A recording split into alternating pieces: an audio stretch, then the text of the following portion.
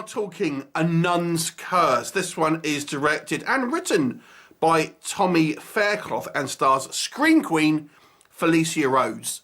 Now, since the Conjuring 2 movie came out, there have been a slew of low-budget, spooky, killer nun movies, and this is yet another. However, I actually remember seeing posters for this one very soon after the release of The Conjuring 2, so I have a feeling this one has actually been in production for quite a long time now, and we're now only in 2020 seeing the release of it. Not to be confused with a very similar titled Curse of the Nun, this movie focuses on 4 friends that are on a road trip to a kind of destination, and one of their number wants to stop off at the remains of this nunnery, this convent that was destroyed in a fire, to take some photographs. Whilst they're there, there seems to be a mysterious storm that just so happens to come along unexpectedly, and they can't find the keys to their van. So they have to take shelter in a nearby abandoned prison. Now, this prison actually has a connection to this convent, where one of the nuns, after the convent had burnt down, actually took residence in the prison as the kind of the local nun and what have you. And this Sister Monday, played by Felissa Rose, apparently used to kill the inmates there and disappeared in mysterious circumstances. And now our 4 friends are holed up in this abandoned prison, and there may well be a sinister presence within its walls that may have murderous intent. What will happen? You have to watch the movie to find out. So let's discuss. So what works, first of all, with this movie? Well, I've got to say, this one was one of the more entertaining out of the kind of lower budget killer nun movies that I have seen in recent years. Then I've seen quite a few.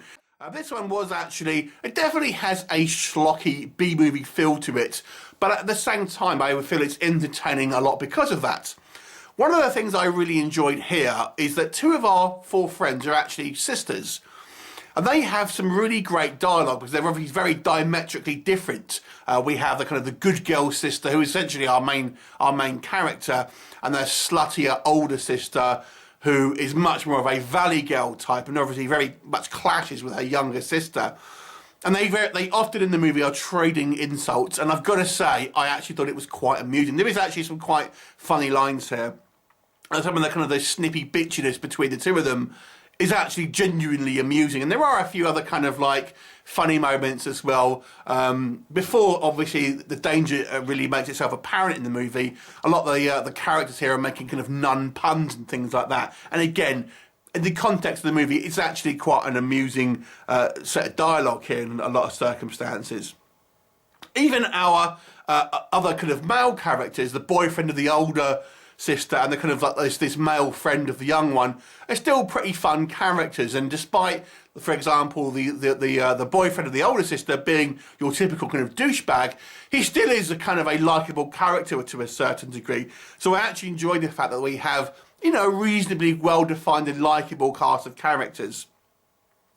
Unlike some of the kind of the lower budget nun movies, this one does actually have an attempt to have some kind of spooky moments, and it has a little bit of kind of special effects involved in some not too bad makeup in regards to the spooky nun herself. And I actually thought, for a lower budget movie, it actually looked pretty good. There are a couple of scenes here that do look kind of quite creepy, albeit in a kind of low budget kind of setting here. I also think the choice of location shooting here is very good. I mean, when we get to this abandoned convent at the beginning of the movie, it looks really fantastic, and the kind of the interior shots that they're using in this prison kind of look pretty decent as well. I thought that was all pretty good. There is an attempt at a twist here. I don't really think it works, and I'll come on to that in a minute without spoiling anything, but nonetheless, at least they are trying to have somewhat of a twist here, which I applaud, but maybe it was a little ill-judged. So that brings me on to maybe what doesn't work here. This is a small nitpick, but it bothered the hell out of me, so I am going to mention it. At the beginning of the movie, they are stopped off at this abandoned convent, and they are forced to go to this prison because of this storm, and they can't get into the car. However, it's clearly bright sunshine with a clear sky. It's just a little bit, I mean, couldn't you have just made the shot in the evening, that particular scene? It was just a really obvious kind of oversight, and unfortunately it really does make you think this is a lower budget, quickly shot B-movie, rather than a film that care has been taken over. So that really just sets the kind of the tone for maybe some of the kind of the shortcuts that are involved in, you know, a quick turnaround in the kind of the lower budget kind of B-movie industry, and that really just underscores it right there. So I've got to say, as much as I like Felissa Rose, I don't know if I would have cast her as a nun. To me, she's a little bit miscast here, and even in this sort of flashback scenes where we see her kind of before the kind of the spooky situations, she's obviously clearly still wearing makeup and stuff, and it just looks, come on, this is, you know, a little bit kind of ill-judged in regard to casting. Nothing against Felissa Rose herself. I think she's very accomplished and a watchable scream queen, but she doesn't really scream a nun to me, if you know what I mean. Nonetheless, some of the kind of the flashback scenes are still kind of quite fun.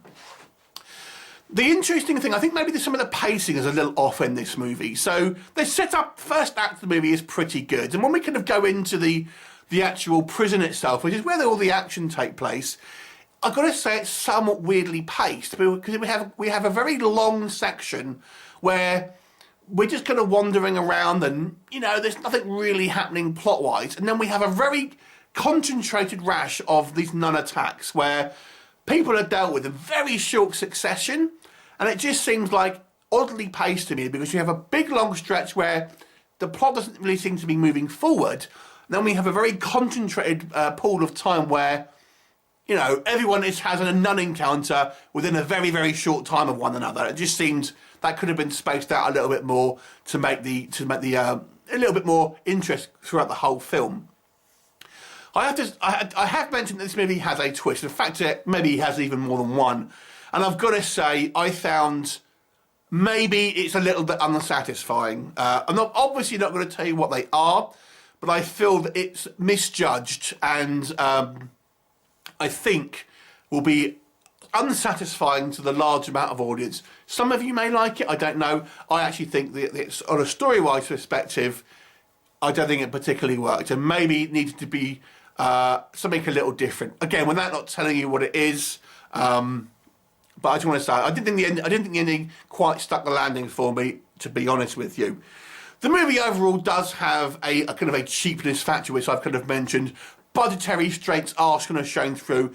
For me personally, because this channel is really primarily reviewing lower budget films, it doesn't bother me as much personally, but I do feel for the general audience, some people may be put off by some of the kind of the lower budget qualities. But I want to underline the fact that compared to a lot of these other low budget nun films that I have reviewed, this one does actually have a better production design and value than a lot of them I have seen, because I have seen some truly terrible killer nun movies within the last few years. And I would actually say, you know, if you could have parked the higher budget Conjuring universe one aside, this one is actually a better than average one compared to the kind of the bulk of them. But nonetheless, this is definitely a budget B-movie kind of one, and it has that feel. However, I have to say, I still kind of enjoyed this movie. I think the setup was strong. I enjoyed the characters, and that to me is a really big thing. I have to have characters that I am invested in and care about, and this does succeed in that at least. And therefore, I'm that much invested in the story. And then, like I said, there are some fairly well shot moments in regards to some lower budget scares. Set design was good, despite the fact there are some clear issues here. I still kind of had fun with this one. So I want to give it a 6 out of 10. Have you seen it? What did you think of it? Leave me a comment and I shall look forward to seeing you next time. Bye for now.